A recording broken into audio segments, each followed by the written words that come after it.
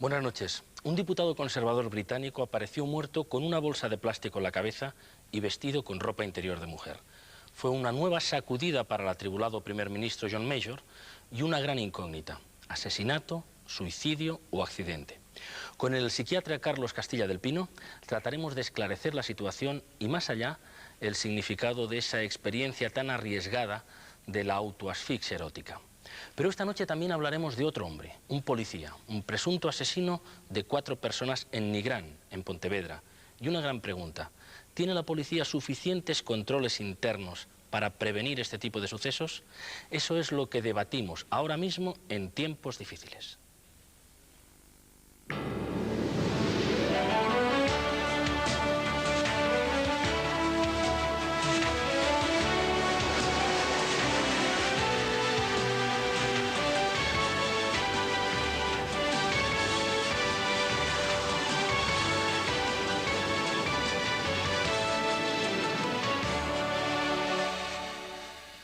Stephen Milligan, 45 años, antiguo periodista, promesa del Partido Conservador Británico, diputado, soltero, solitario. Apareció muerto con una bolsa de plástico al cuello y vestido con ropa interior de mujer. En mala hora, el primer ministro británico John Major lanzó su política de Back to Basics, vuelta a los principios. Propuso una cruzada moral y su partido quedó atrapado en ella. El Partido Conservador toma así el relevo de la familia real británica, que tuvo un año 92 muy agitado, con escándalos de los que no se escapó ni el heredero, el príncipe Carlos, con grave riesgo de crisis institucional. Los sondeos predicen ahora una histórica derrota conservadora.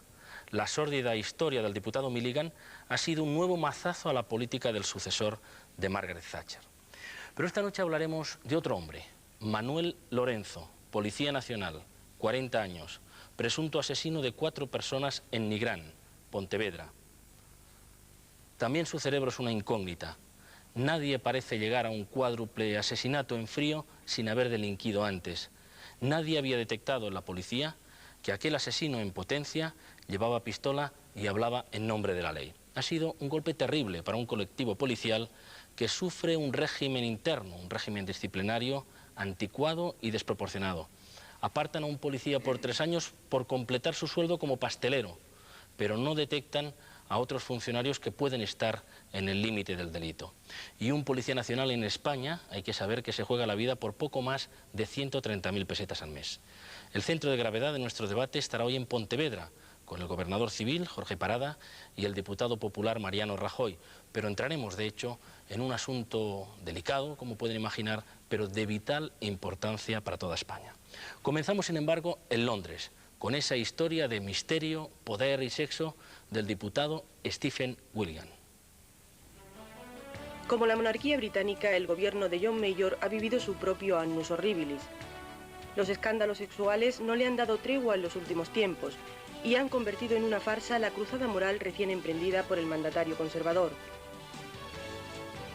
El pasado culminante de esta historia de sexo y política se sitúa en 1963, cuando se descubre que el ministro de Defensa, John Prófumo, comparte a su joven amante con un diplomático de la embajada soviética en Londres.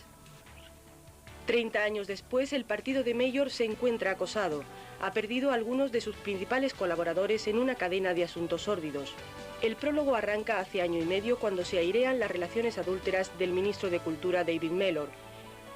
Los problemas del partido Tory se han acelerado a partir de las últimas Navidades, cuando cae el ministro de Medio Ambiente, Tim Yeo, al descubrirse la existencia de 2 hijos extramatrimoniales. Además, al diputado conservador, David Ashby, se le acusa de mantener presuntas relaciones homosexuales.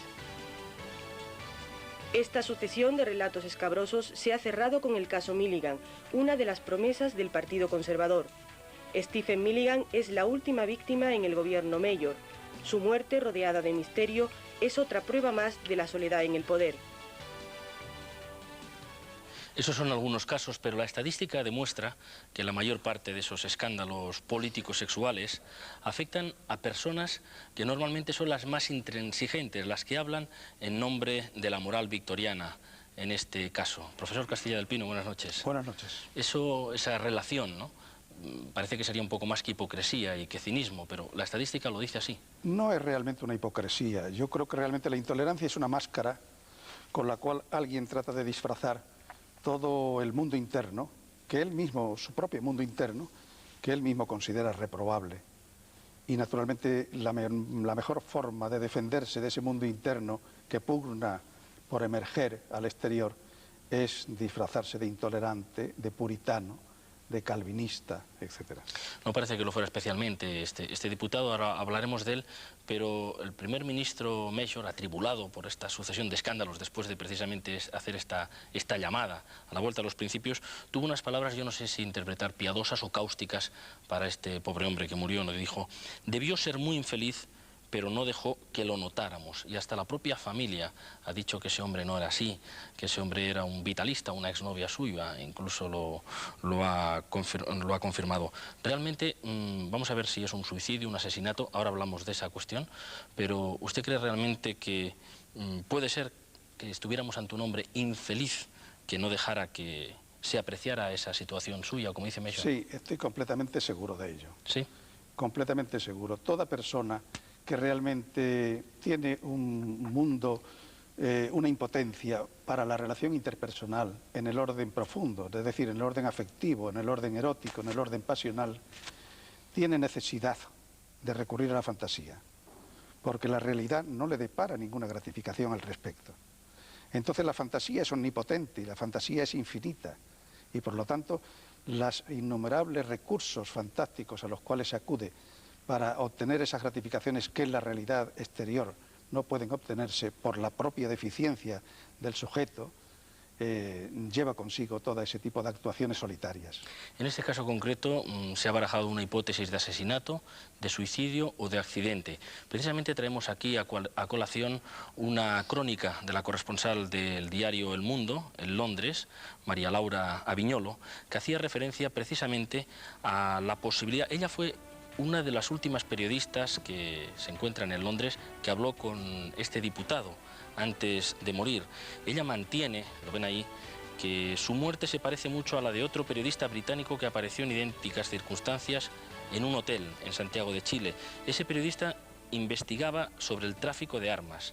Milligan se ocupaba de las autorizaciones de ventas de armas británicas a otros países. ¿Acaso solo una coincidencia? O dos, por lo menos.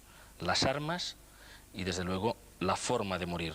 Pero la policía británica, Scotland Yard, descarta la implicación de una segunda persona en el suceso. Usted tiene experiencia en este tipo de, yo creo de asuntos. que, incluso el suicidio también lo descarta la policía. Sí, yo creo que realmente es irrelevante, desde el punto de vista jurídico no lo es, pero desde el punto de vista psicopatológico o psicológico es irrelevante el que fuera un accidente o un suicidio.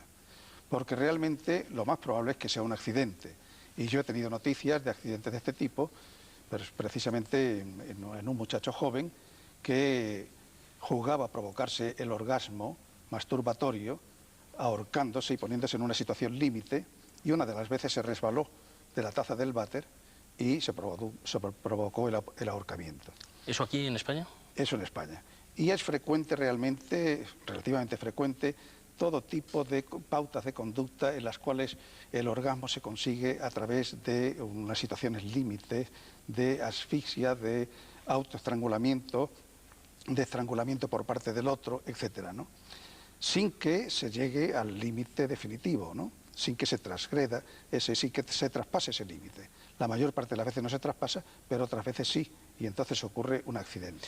Seguro que para muchas personas ha sido absolutamente nuevo esta cuestión de la autoasfixia erótica, o como se llame técnicamente, porque todo el mundo ha quedado sorprendido, ¿no? Todo el mundo parecía un ritual extraño. Pero realmente estaba descrita ya a finales del siglo pasado por Krafft Ebing, que fue el primero que publicó un gran volumen que se llamó Psicopatía Sexualis, y en donde está todo el inventario de todas las pautas de conducta que consideramos, en fin, infrecuentes, pero que realmente no lo son tanto como en la vida cotidiana se imaginan los profanos. Hay informaciones que señalan que esa práctica podría estar relativamente extendida entre las clases altas británicas. ¿Puede ser que se asocie con determinado estatus social, con determinado país, como en este caso? Bueno, siempre, naturalmente, ese tipo de conductas acaecen mucho más en personas de estatus socialmente altos. así como, por ejemplo, las violaciones acaecen más entre los violadores, pertenecen más a estratos marginados de la sociedad, ¿no? El caso que usted nos citaba antes en España, yo no sé si puede decirnos usted algún dato más, tampoco lo pretendemos, o la ciudad, ¿cumplía esas condiciones? ¿Era una persona...? Sí, de clase media alta. De clase media alta. Pero puede ser que en un determinado momento, en una situación, la de Gran Bretaña, por ejemplo, se pueda producir más. Lo digo porque hace unos años surgió la historia esta famosa de la Miss Látigo, una prostituta sí, acosada por Hacienda, por cierto, por la Hacienda británica, que amenazó con dar la lista de los diputados de la Cámara de los Comunes que requerían sus servicios si Hacienda no le dejaba en paz. Uno se imagina esto en el Parlamento italiano o en el Parlamento sueco, ni en el área latina ni en el área escandinava. A lo mejor sucede y no lo sabemos. Bueno, realmente las formas de masoquismo y de sadomasoquismo son muy frecuentes. Es necesario que la gente tenga en cuenta de que nosotros no solamente llevamos una doble vida, llevamos múltiples vidas. Nuestra vida interior es una vida multiforme, es una vida en la cual se viven toda clase de novelas en el orden de la satisfacción. La mayor parte de las parejas que dicen hacer lo que se llama estúpidamente el amor, y que no es el amor, sino es el coito, están con fantasías respecto de otras personas o de otras pautas de conducta que no es precisamente el coito. Las fantasías masturbatorias se caracterizan siempre por un contenido riquísimo de mundos absolutamente posibles, en los cuales es inimaginable para el prójimo que está inmediatamente cercano a él. Eso es una cosa que está en el arcano de la intimidad. A nosotros mismos, en el interrogatorio de nuestros pacientes, nos cuesta bastante trabajo obtener el material de sus fantasías, por ejemplo, masturbatorias, porque realmente sienten un enorme pudor para confesar este tipo de fantasías a las cuales se entregan y que muchas veces, la mayor parte de las veces, se traducen en actuaciones. Piense usted, por ejemplo, lo frecuente que es masturbadores que simulan el coito con póster de personas del propio sexo o del sexo opuesto. Esto es una cosa bastante frecuente. El mismo hecho del cultivo de las películas porno y lo que se hace en la soledad mientras se contempla las películas porno, esto es algo que solamente lo sabe el propio interesado y que lo comunica con gran resistencia a una persona en unas situaciones extremas, como es, por ejemplo, la de una consulta psiquiátrica. Y yo me imagino que en una consulta psiquiátrica, en esa consulta psiquiátrica depende del psiquiatra, depende también de su ideología, porque unos considerarán que algo es desviación sexual y otros no, también en relación con la ideología, porque si no, ¿quién pone el límite? ¿Dónde está el límite? Bueno, naturalmente que en todo juicio de valor acerca de una actuación, la ideología del observador tiene una relevancia fundamental. Es evidente que si esta pauta de conducta no es invalidante, nosotros no podemos considerar y la asume el sujeto como forma de satisfacción preferente, nosotros no tendríamos por qué considerarla anómala. Para mí una situación anómala es aquella que invalida al sujeto para la realización de aquello que desearía hacer. Por ejemplo, quien desea hacer el coito y no puede hacerlo y recurre a la masturbación le está invalidando para el ejercicio, para la realización de esa pauta de conducta que la anhela. Pero si realmente él no anhela el coito, sino que realmente anhela, por ejemplo, la masturbación o el coito per annum o la felatio, etcétera, pues realmente nosotros no tenemos por qué, en la medida en que no afecta para nada a la invalidez de sus actuaciones restantes. Pero estamos hablando de unas prácticas que, como hemos visto este caso o el que ha citado usted, ponen en peligro la propia vida, ¿no?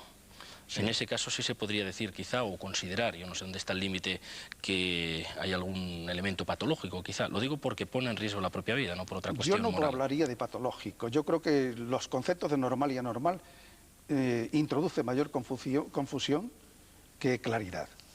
También ponen en grave riesgo el subir al naranjo de Bulnes. Y sin embargo, nadie consideraría que es patológico el que se suban unos alpinistas todos los años y obliga a la Guardia Civil a rescatar muchas veces a unos cuantos de ellos. Una pregunta científica, ¿lo que es el masoquismo, o el voyerismo, el exhibicionismo, el fetichismo, tiene alguna relación con algún proceso orgánico, como sostienen algunas personas? Bueno, mire usted, realmente hoy día la biología está en la base, naturalmente, de toda la conducta humana. Una conducta humana tiene un sustrato biológico del cual no se puede uno desprender. pero una cosa es la biología y otra cosa es el contenido psicológico que se le da a esa conducta. Por ejemplo, el hablar, naturalmente, exige unas condiciones fisiológicas, pero nosotros nos entendemos no en virtud de que nuestra fisiología, de que sepamos la fisiología del lenguaje, sino en virtud de que conocemos el castellano, conocemos la significación de las palabras que manejamos, etcétera, etcétera. Por lo tanto, en este orden de cosas podemos prescindir de lo biológico, aunque sepamos que es condición necesaria para ello, para atender exclusivamente a lo psicológico. La mayor parte de las conductas como masoquistas, voyeristas, fetichistas, son formas de aprendizaje, resultados de la impotencia del sujeto para el logro de una relación interpersonal afectiva, erótica, pasional, emocional, satisfactoria. A la hora de definir todo eso coincidíamos en que la ideología pesa mucho, el punto de vista, ¿no? Es cierto que la homosexualidad hasta hace poco, en algunos sitios, era considerada como una enfermedad mental. Hasta hace unos 20 años estaba incluida en la homosexualidad en el catálogo de los trastornos mentales de la Asociación Psiquiátrica Norteamericana. A partir de hace aproximadamente unos 15 años se extrajo de ese catálogo y la homosexualidad se ha considerado como una de las pautas de conducta sexuales que pueden ser normales. En el caso Milligan, este que estamos estudiando y que nos sirve de base para esta conversación, parece que nada hay con relación a un asesinato o a un suicidio, que nada tiene que ver con la homosexualidad. ¿Usted cree que todo esto, estas prácticas, en el caso del diputado Milligan, están más relacionadas con la soledad? Sí. Yo creo que sin la soledad no se podría aplicar esto, pero yo creo que es un tipo de soledad. Yo distingo entre soledad y solitariedad. El hombre solo es el hombre que en todo momento podría, si quisiera, estar acompañado. No presenta para sí mismo ninguna deficiencia que le inhiba de la relación interpersonal y que le haga posible la compañía del otro.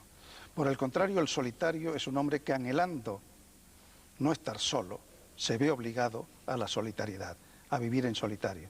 Este hombre necesariamente tiene que recurrir a la fantasía porque no cabe la posibilidad de sustituir a la realidad más que a través de la fantasía. Y la fantasía, en virtud de esa propiedad de la cual he hablado antes, que es su omnipotencia, le permite obtener toda suerte de gratificaciones. De todos modos, en este caso hay una particularidad. Este era un hombre importante, no solo por el hecho de ser diputado, sino parece que era uno de los que podría en el futuro haber sustituido a John Major, por lo tanto llamado a grandes misiones. ¿Se podría hablar en este caso de que podía pesar sobre él una soledad del poder? No, yo creo que realmente no. ¿La soledad del poder lleva a veces a algún tipo de actuaciones distintas con relación a la soledad normal? No, me parece que no. Yo creo que la soledad de este hombre es la que entraña esa incapacidad de él para el logro. La prueba de ello es que había contratado a una agencia matrimonial para que le eligiese a través del ordenador la persona que él consideraba, la mujer que consideraba ideal. Es decir, esto está revelando el anhelo de él para cubrir esa demanda cara a la sociedad de obtener una relación de pareja. Sí, habría que preguntarse, no lo sabremos, y además no tiene más importancia porque es su deseo íntimo y su situación, pero habría que preguntarse si lo deseaba o realmente se lo exigía la propia aspiración política, si la sociedad le exigía que estuviera casado. Bueno, esto es muy importante tenerlo en cuenta porque tenga usted en cuenta que en una sociedad en la cual todavía la homosexualidad, por ejemplo, o determinados tipos de pautas de conducta que se sabe que de ser observadas por parte de la comunidad van a ser consideradas reprobables, es lógico que este sujeto trate por todos conceptos de disimular esta situación. Yo he conocido personas que, por ejemplo, se han casado ya tardíamente en la medida en que se veían sospechosos ante la comunidad en la cual vivían por ser solteros ya tardíos, solteros ya maduros y a los cuales no se les había conocido ninguna relación ni heterosexual fundamentalmente y que entonces daba pie, sabía él que daba pie a que se pudiera pensar de él que podía ser un homosexual reprimido, etcétera, etcétera. Hay una presión social importante. Hay una presión social sobre los solteros, sobre todo si tienen aspiración de poder, ¿no? Sí, pero no es solamente una presión social, es una presión social que él asume y que él internaliza y que la vive como tal presión, porque realmente el homosexual que asume su homosexualidad y que no vive la homosexualidad como objeto de presión social que le haga rechazarla, ese homosexual tenemos la experiencia de que ya no se neurotiza, es que no se psicotiza jamás. Quizá ha impactado mucho la muerte de este hombre, no solo por las circunstancias en las que ha encontrado la muerte, sino también porque se le consideraba en la política de Londres como un triunfador. Pero siempre uno piensa que quizá él se considerara un fracasado, claro, por otras razones. Es que triunfador es respecto de qué. Los éxitos... En la propia escena política. Exactamente. En la propia escena política, en la que se movía profesionalmente. Pero es que el ser humano tiene otras dimensiones, que no son solamente la escena política o la escena profesional. El ser humano tiene que tener éxito en lo que se llama la relación interpersonal afectivo-erótica. Eso es fundamental. Amar y trabajar, decía Freud, que eran las dos características del ser humano normal, ¿no? El poder amar y poder trabajar. Decía usted al principio, en una misma persona conviven varias personalidades. Normalmente siempre escuchamos, hay dos personas dentro de una, pero varias personalidades, más complicado todavía. Mucho más complicado. Es que tenga usted en cuenta, en primer lugar, ya cara a la vida social, todos nosotros estamos representando a lo largo del día múltiples papeles, en múltiples situaciones, que nos hacen ser para los demás completamente distintos. Pero esto en la vida privada, no ya en la vida privada, sino en la vida íntima, es decir, en esa vida en la cual ni siquiera aquel que convive con nosotros bajo nuestro propio techo, tiene noticia. En esta vida íntima las posibilidades de formas de vida son múltiples. Volviendo a esta cuestión que se ha descubierto en este caso, descubierto para muchos, lo reconocemos, como decíamos antes, la autoasfixia erótica, leíamos hoy una información, yo no sé si usted la considera acertada o exagerada, nos ha sorprendido mucho. Decía, se producen, según las estadísticas, 5 muertes por millón de habitante al año, un cálculo rápido. ¿En España puede ser que haya 200 muertes al año por algo así? Bueno, me parece muy extraño eso, me parece una cifra muy exagerada, exagerada, ¿no? Y además muy difícil de calibrar. Es una cifra muy difícil de obtener. Por supuesto. Muy difícil. Tenga usted en cuenta que, por ejemplo, en esto que se incluyen ahí los suicidas, pero bueno, ¿y si no son suicidas, si no son personas que han logrado la muerte sin la intención de consumarla? Accidentes. Claro. Como es el caso, por ejemplo, de Mr. Milligan. Probablemente no se trata, con toda seguridad no se trata de un suicidio, sino de un accidente.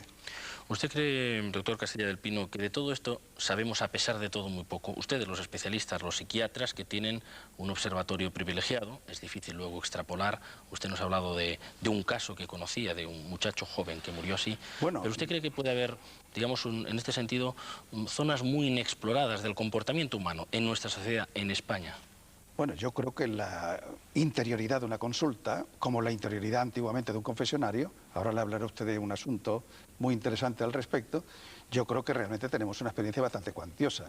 Yo tengo recogido muchísimos documentos, algunos de los cuales están publicados en mi libro Introducción al masoquismo, de no sujetos masoquistas, sino sujetos con fantasías masoquistas. Algunas llevadas incluso a la práctica automasoquistas. Por ejemplo, de apretarse los pechos mediante maderas, con torniquete, etcétera, etcétera, ¿no? Es decir, cosas de este tipo tenemos bastantes. Sabemos bastante de este respecto. Y antes, en la experiencia del confesionario... En los confesionarios se sabía antes, bueno, antes la experiencia del confesionario era extraordinaria.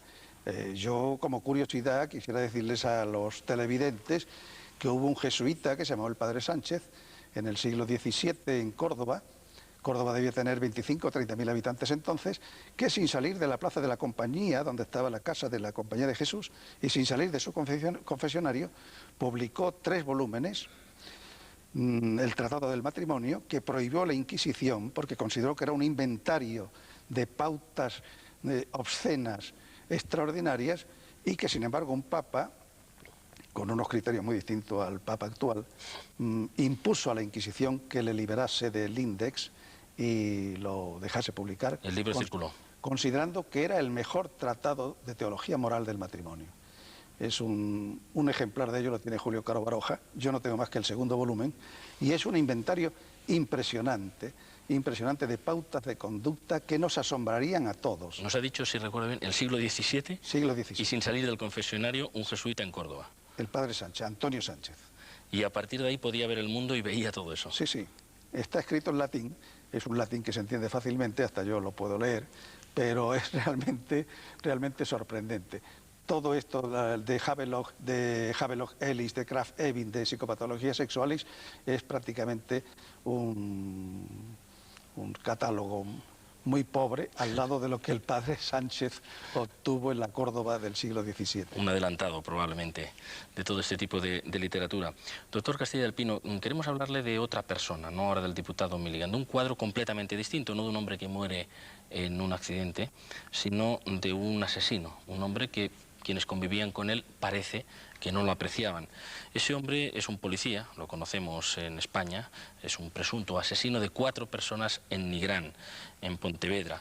Es algo completamente distinto. Nosotros queremos aproximarnos muy brevemente, incluso a través de la opinión de una persona que había convivido con él, a ese otro personaje. Vamos a hablar de él, después habrá un debate de forma inmediata al que le invitaremos a que usted nos acompañe, cuanto menos, o participe, pero quisiéramos sus palabras sobre ese personaje que vamos a dibujar ahora justamente aquí en este vídeo. Subí por las escaleras y al llegar a casa oí gritos, ¿no? Y me fui hacia la habitación, estaba cerrada, y estaban los niños allí atados. Y bueno, lo solté y tal, y me empezaron a decir que oyeron disparos, que habían matado a sus padres. Y yo no me lo creía, vamos, me parecía bastante increíble. Pero me fui a la habitación de los padres y me encontré con una masacre.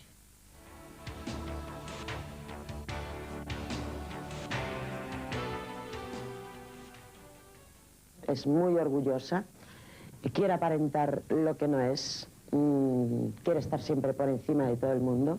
Era una persona con sangre fría porque no tenía, conmigo se portó que no tenía escrúpulos de nada.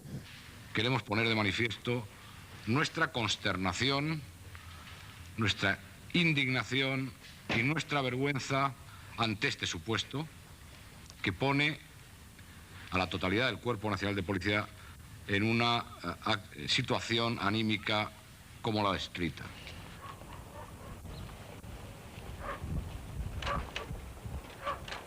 Ese hombre trabajaba en la comisaría de Vigo. Yo no sé si se puede detectar a un asesino en potencia, si se le ve hacer cosas raras. Nos decía un juez el otro día, bueno, es que lo cierto es que se puede matar a 4 personas en una refriega o en un momento, digamos, de excitación o como defensa, pero convivió con ellos 18 horas, los asesinó fríamente.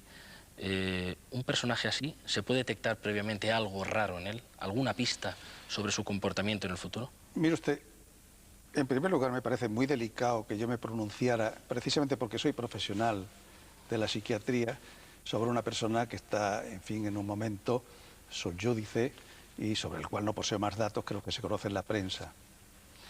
Desde luego, sin referirme directamente a él, quiero decirle a usted que no hace falta ser un psicótico, es decir, no hace falta ser un loco, para expresarme en un lenguaje coloquial, para hacer un acto de eso.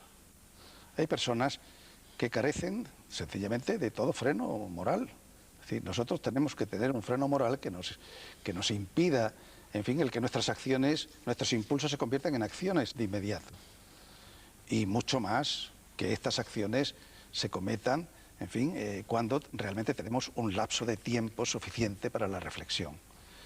Cuando eso no se realiza, cuando no se posee ese freno, se puede ser de todo. Ahora, lo que ocurre es que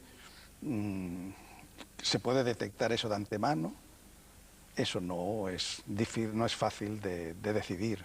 El planteamiento del juez que nos lo comentaba, lo decía estadísticamente también, en el sentido de que, bueno, el que hace un gran atraco antes ha cometido otro tipo de delitos previos antes de llegar al gran atraco. Es una experiencia. Parece que para llegar a una situación tan grave como un asesinato en esas circunstancias, en esas o en otras, normalmente ha tenido que existir algo. Ese personaje se movía. Bueno, parece que la estructura de su personalidad es una estructura reveladora de un cierto descontrol de sus impulsos.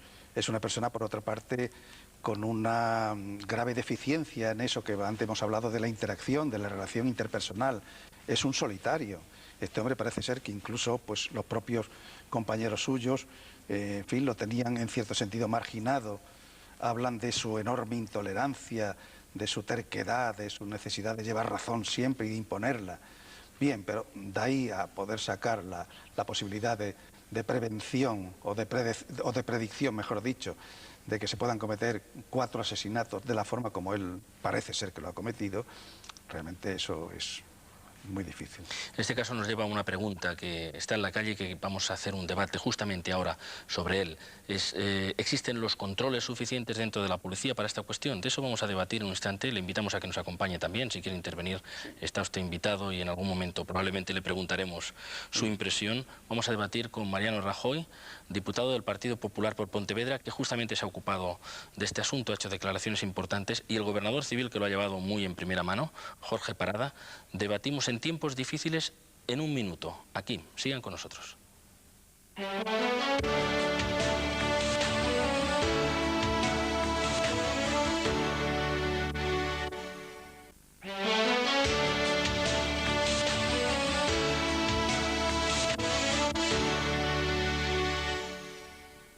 Lo que más nos sigue sorprendiendo en cuanto a la aplicación del régimen disciplinario es, en principio, que se persiga por actividades como trabajar en una pastelería a un funcionario de policía y se le expulse 3 años, y que a presuntos asesinos como el policía Lorenzo, que se estaba ofreciendo como presunto asesino de un arrepentido, de un presunto delincuente, no se hayan tomado medidas. Eso es lo que más nos ha sorprendido, es decir, la aplicación del régimen disciplinario a unos funcionarios y a otros no.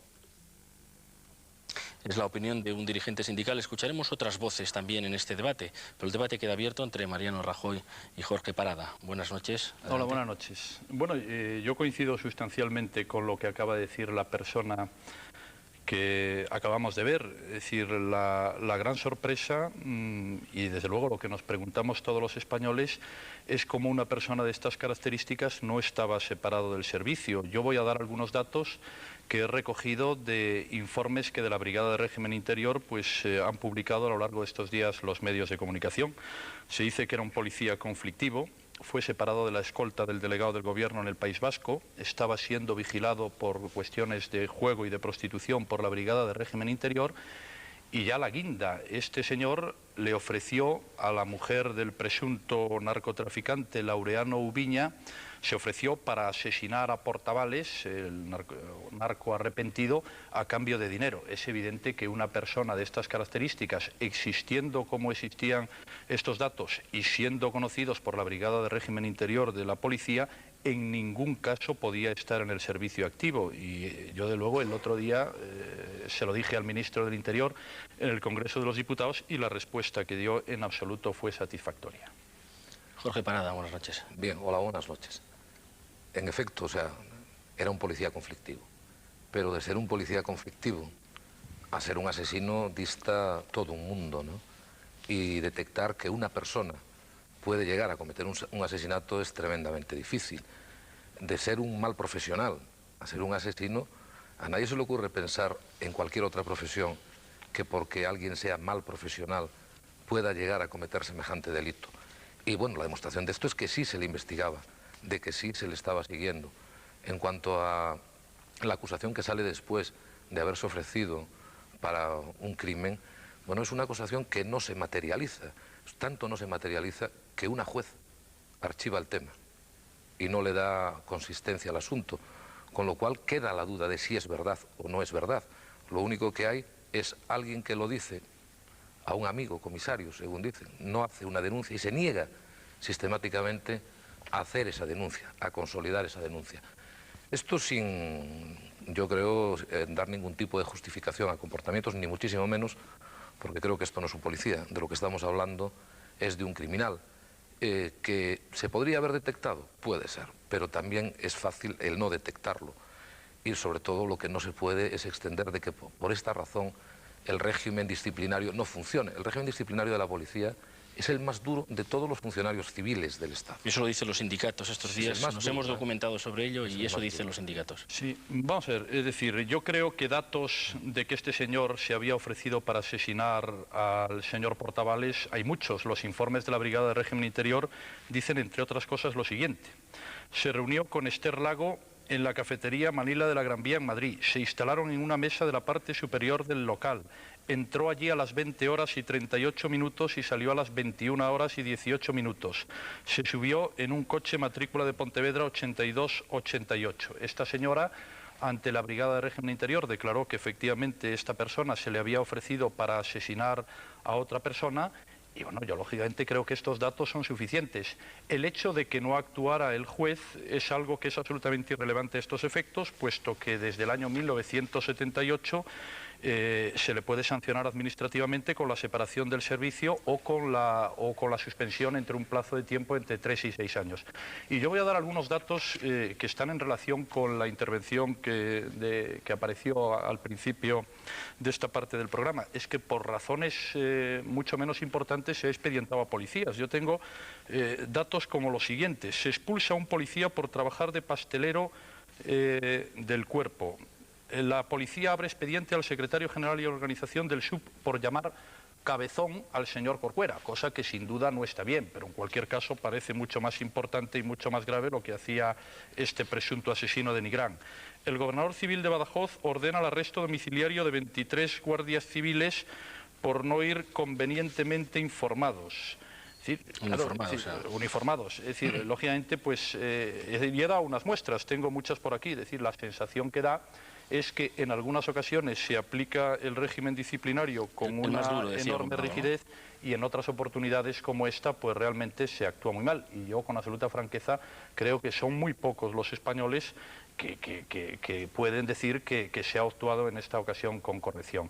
Y este señor, sin duda, era muy difícil saber que era un asesino, pero lo cierto es que una persona que se ofrece a otra para matar a un tercero, si bien no es un asesino porque todavía no ha cometido el acto, lo cierto es que no es absolutamente descartable que pueda serlo. Por tanto, yo creo que en esta ocasión... Jorge Parada, a mí no me gusta el enfoque que se está dando al tema, porque creo que bajo ningún concepto podemos caer en que se pueda justificar faltas de otro tipo, faltas graves, porque en un momento determinado no se haya podido detectar algo que en un futuro se cometió y que nadie podía prever. Me parece un juego bastante peligroso por donde te deslizas, Mariano.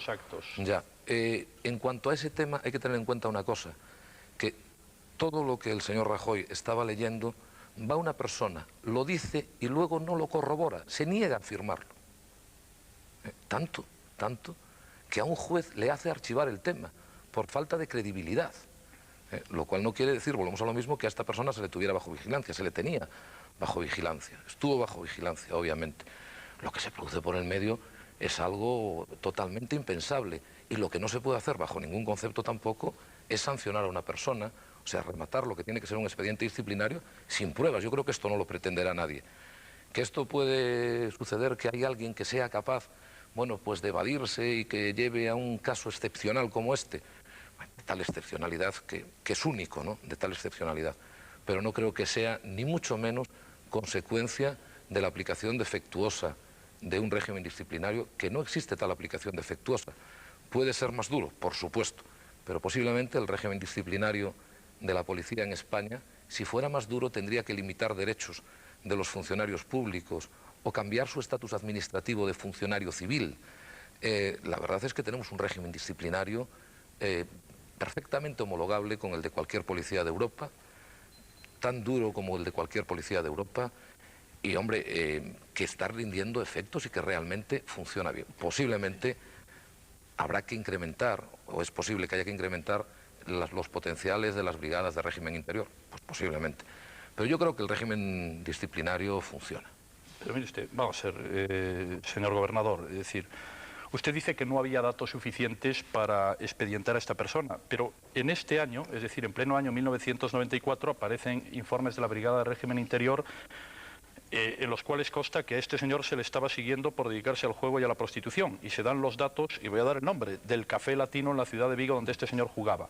Y sin embargo, contrasta esta actuación muy poco dura, vamos, inexistentemente dura, contrasta esta falta de expediente con algunos de los datos que he apuntado y con otros datos como, por ejemplo, estos datos que recogen los medios de comunicación. 60 policías fueron suspendidos de empleo y sueldo durante varios meses solo porque estaban a cargo de radiotransmisores. Una persona en radiotransmisores insulta al ministro José Luis Corcuera. Como no se podía saber quién era esa persona, 60 fueron expedientados. Claro, es decir, en algunos casos se actúa con una rigidez ciertamente espectacular y en otros casos como esto no se toma ninguna medida. Si les parece, vamos a hablar del caso en concreto y luego vamos a hablar en general de los problemas de la policía, por no mezclarlo, si les parece. Incluso escucharemos la voz de algunos sindicatos policiales, pero creo que usted quería intervenir. Sí, es que esto lo único que quiere decir es que en este caso no había pruebas y en los otros sí.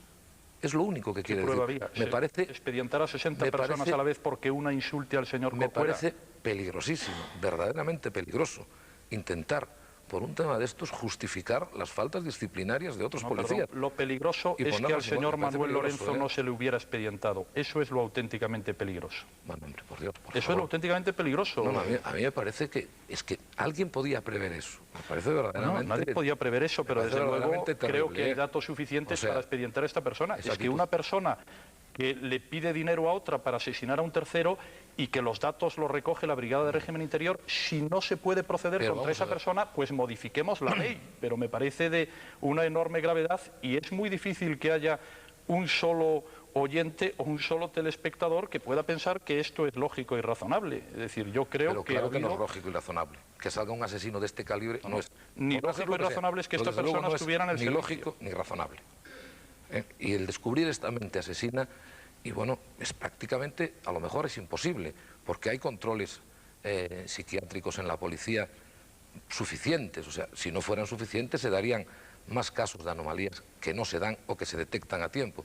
Precisamente la otra persona estaba reducida a la segunda actividad, o sea, estaba fuera del servicio, no tenía los atributos de policía por incapacidad psíquico-física. El cómplice en no este era policía, el cómplice. Pero bien, y este hombre se le estaba siguiendo porque presuntamente pues era una persona que jugaba en un café concreto, determinado, que sabía, pero que habría que demostrarle que era un hombre que jugaba.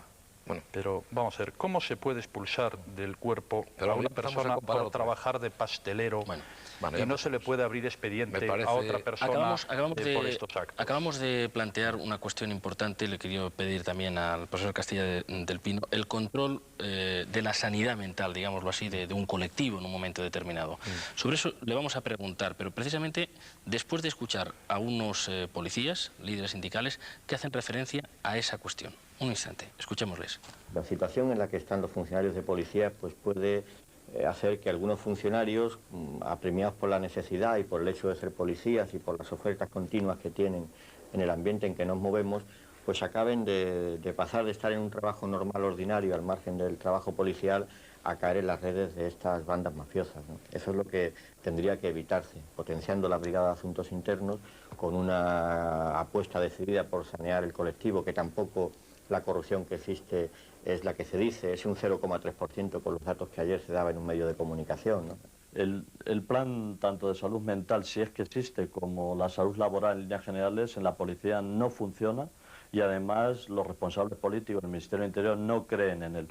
Pretenden eliminar el absentismo a base de aplicar el régimen disciplinario de una forma tajante, autoritaria y, por supuesto, olvidándose de que los funcionarios de policía son personas con familia y que tienen deberes, pero también tienen derechos.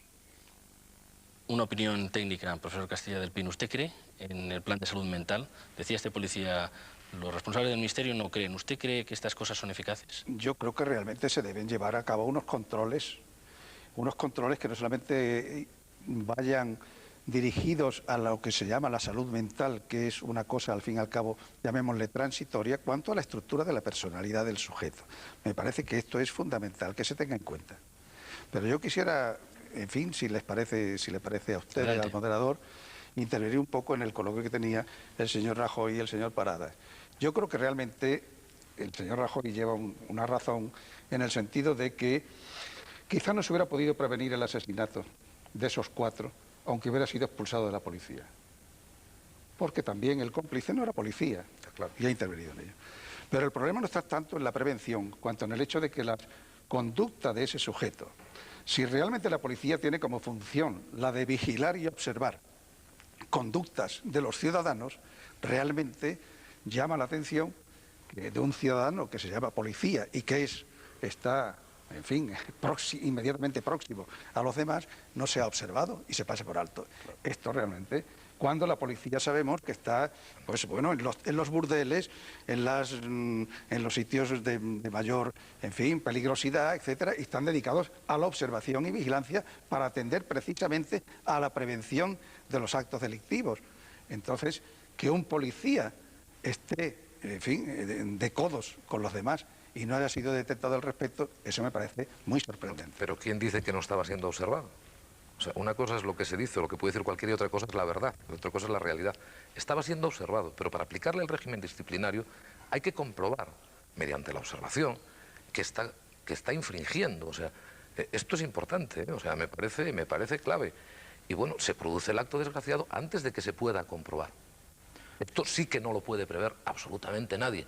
Y me parece un poco arrimar el ascua a su sardina en un tema bastante desagradable para intentar justificar una serie de cosas, ¿no?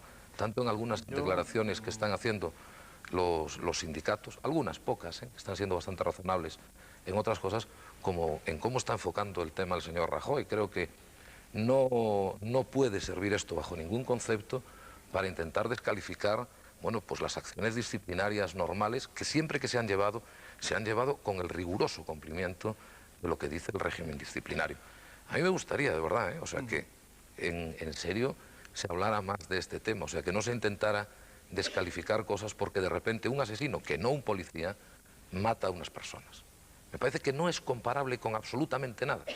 Sí, vamos a ver, yo llevo el tema como creo que es mi obligación.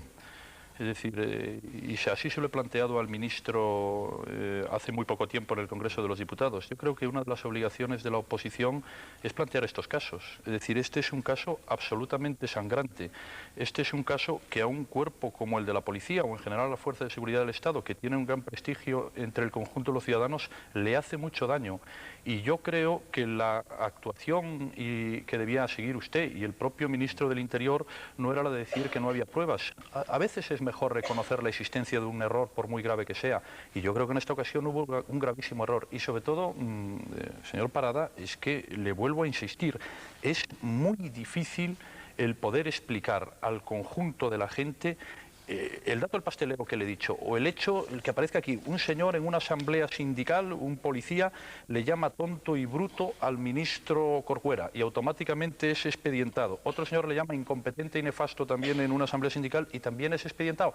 Y yo no digo que estén bien o mal expedientados, yo lo que digo es que no hay comparación entre esto, que no está bien sin duda alguna, y los casos en los que este señor estaba incurso. Es que este señor tenía un historial que era ciertamente tremendo. Ya antes se ha apuntado algunos datos. Sí. La única conclusión que se saca de todo lo que lleva diciendo es que a usted le parece muy bien que se insulte a un ministro. En absoluto. Es la única conclusión. Sabe usted ¿Claro? que yo no he dicho eso y en cualquier caso la conclusión que se debe sacar es que por parte del Gobierno ha habido muy poca diligencia en el asunto de este Guardia Civil Manuel Lorenzo. Y fíjese usted que ni siquiera entro en el régimen disciplinario general, que hay algunas cosas que me parecen ciertamente dudosas, como esto de que 60 policías tengan radiotransmisores, uno de ellos insulte al señor Corcuera y se le abra un expediente a los 60. Fíjese usted que ni siquiera entro en ese asunto. Yo creo que en esta ocasión ha habido muy poca diligencia por parte de las autoridades competentes y creo que no estaría de más que usted reconociese la existencia de ese error. En cualquier caso, si usted no quiere hacerlo, pues naturalmente es su problema y tiene perfecto derecho a hacer así, como hizo el otro día el ministro del Interior en el Congreso de los Diputados. Hombre, es que yo no puedo reconocer la existencia de un error que usted lo fundamenta en bases totalmente falsas. O sea, yo puedo reconocer la existencia de errores y estoy dispuesto a reconocerla cuando estos errores existen y cuando se basan suficientemente, pero usted me está basando el error única y exclusivamente en temas que quiere plantear como pruebas y que no son pruebas. Y además esto me parece que puede conducir a que los espectadores se lleven a engaño. Y me imagino que esto es sin intención absolutamente por ninguna parte de engañar a los espectadores. Pero hombre, no me diga que había pruebas, no había pruebas. Y había investigación. Y a lo mejor se le podría comprobar 4 días más tarde, o se tardaba 2 días, o si tuviéramos suerte se hubiera comprobado un mes antes. Pero todo esto es imprevisible, no es falta de diligencia. ¿Usted lee los medios de comunicación, señor Parada? Habitualmente. ¿No ha visto las fotos del señor Lorenzo publicados en distintos medios de comunicación en la puerta de una cafetería de una calle de Madrid a la que antes he hecho referencia? ¿No ha leído los informes de la Brigada de Régimen Interior? Vuelvo a insistir, en la que dice, se instalaron en una mesa de la parte superior del local, entró allí a las 20:38, Eso usted y yo lo hemos visto a etcétera. posteriori. Bueno, usted lo ha visto. Y yo lo hemos visto a posteriori. O sea que usted no sabía absolutamente Mire, nada de usted y esto. yo, Es grave que un gobernador usted civil y yo, no esté informado de bueno, esto, un me parece de momentito, suma gravedad. Usted y yo lo hemos visto a posteriori. Y usted y yo sabemos también de la fiabilidad de esos datos y de la fiabilidad de las personas que lo contaban. Fíjese a dónde llega la fiabilidad, que no se atreven ni quieren firmarlo, ni quieren denunciarlo, ni se formula una denuncia bajo ningún concepto formal. O sea que hay dos personas que están hablando, y vaya usted a saber lo que hablaban. Y usted no porque sabía... lo que no hay es constatación de lo que hablaban. ¿Y usted no ¿Por qué sabía... no hablaban al revés?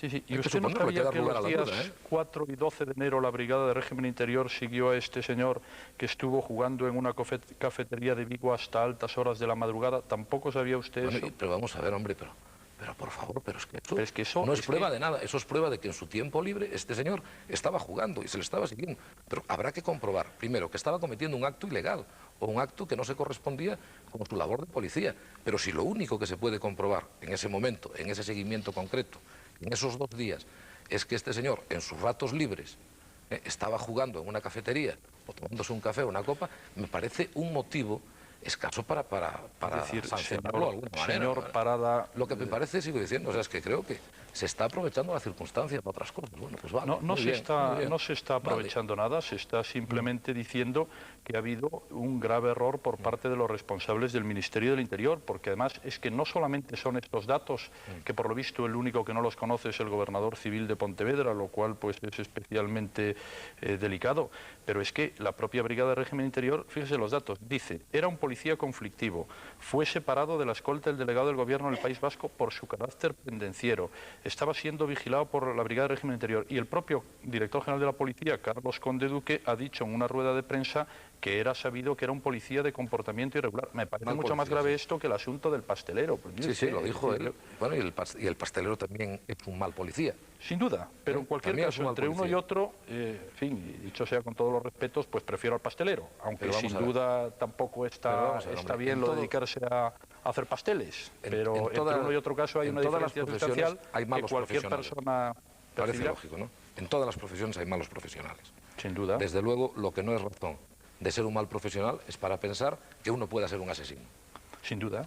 Y de verdad, hombre, a mí que usted crea que usted lo hubiera detectado, pues me parece perfecto, me parece maravilloso. A lo mejor sí.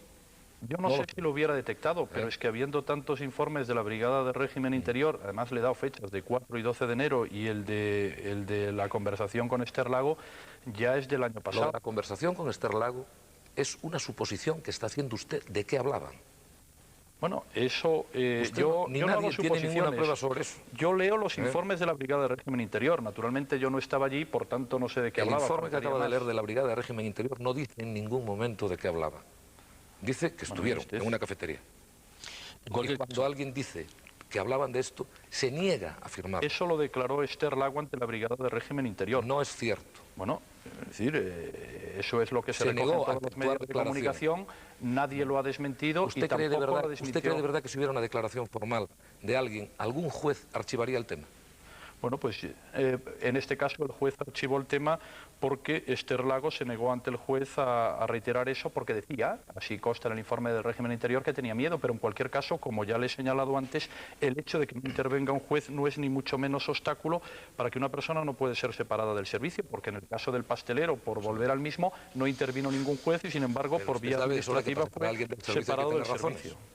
Objetivas. Sí, bueno, por eso digo que las razones del pastelero eran objetivas y por lo visto la de este señor no lo era. En todo caso, este es un caso tan dramático, hay tanta indignación en la policía, lo ha dicho todo el mundo, lo ha dicho el colectivo policial, ha hecho tanto daño a la imagen de la policía, lo dicen ellos mismos, yo he conversado con algunos policías, que probablemente habrá un antes y un después, porque yo no sé si se va a modificar el régimen disciplinario o no, no lo sé, pero probablemente algo sucederá. Hay propuestas incluso de los propios sindicatos sobre qué hacer. Un instante porque escuchamos una de ellas. Es una propuesta, les puede parecer bien o no, pero se va a recibir en el Ministerio de Interior en los próximos días. Esta es la propuesta de uno de los sindicatos. de lo de Nigrán hay que sacar alguna conclusión positiva, después de lo desgraciado que es el hecho y de la mala imagen que va a crear el Cuerpo Nacional de Policía, ¿no?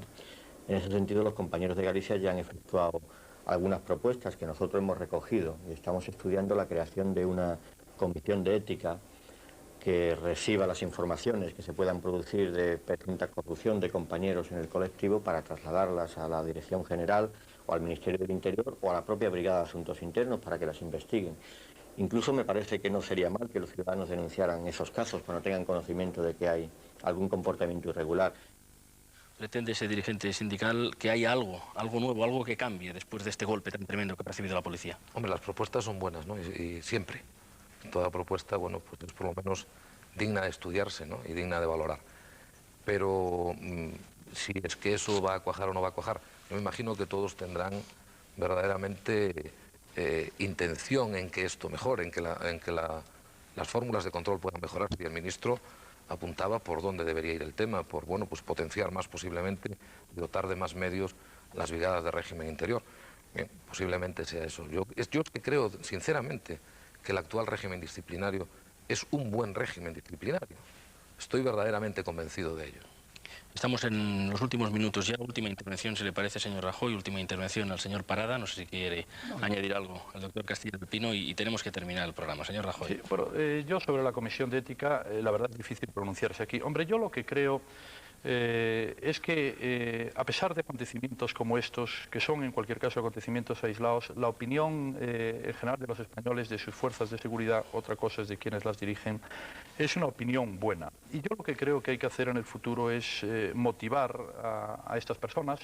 Tienen graves problemas, hay los problemas de remuneraciones, que ciertamente cobra mucho menos en este momento un policía nacional que muchos policías locales o que policías autonómicos. A mí hay acontecimientos que no han ayudado nada en los últimos tiempos, como el del director general de la Guardia Civil, Luis Roldán, que en cierta manera no motiva especialmente a la gente y crea muchas dudas.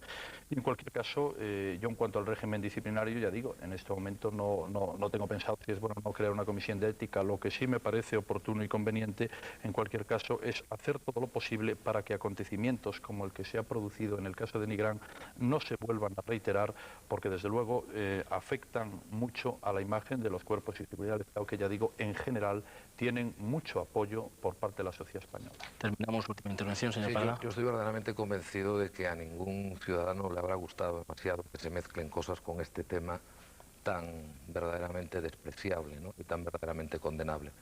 Pero bueno, cada uno